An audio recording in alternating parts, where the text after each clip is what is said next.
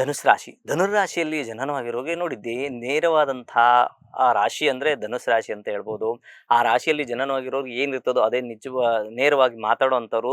ಅದರೊಟ್ಟಿಗೆ ನಿಷ್ಠೂರವಾದಿಗಳು ಸಹ ಆಗುವಂಥ ಸಾಧ್ಯತೆ ಇರುತ್ತೆ. ಆ ಕಾರಣದಿಂದ ಏನು ಮಾತಾಡೋದು ಸ್ವಲ್ಪ ಯೋಚನೆ ಮಾಡಿ ಮಾತಾಡಿ. ಈ ವಾರ ತುಂಬ ಒಳ್ಳೆಯದಾಗುತ್ತೆ. ಅದರೊಟ್ಟಿಗೆ ತಾಯಿಯ ಆರೋಗ್ಯದಲ್ಲಿ ಚೇತರಿಕೆಯನ್ನು ಕಾಣ್ತೀರಾ. ಜೊತೆಗೆ ಮಕ್ಕಳಲ್ಲಿ ಒಳ್ಳೆಯ ಒಂದು ಚೇಂಜಸ್ ಕಾಣ್ತೀರಾ.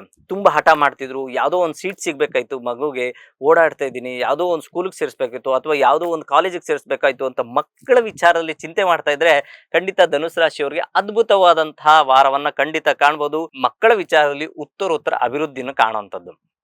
ಇನ್ನು ಆರೋಗ್ಯದ ವಿಚಾರಕ್ಕೆ ಬಂದರೆ ಖಂಡಿತ ಒಳ್ಳೆಯ ಆರೋಗ್ಯವನ್ನು ಕಾಣುವಂಥದ್ದು, ದೈವ ದರ್ಶನ ಮಾಡುವಂಥದ್ದು, ಲಘು ದೂರ ಪ್ರಯಾಣ ಮಾಡುವಂಥದ್ದು ಒಳ್ಳೆಯ ವಿಚಾರವನ್ನು ಖಂಡಿತ ನೀವು ಗ್ರಹಿಸಬಹುದು.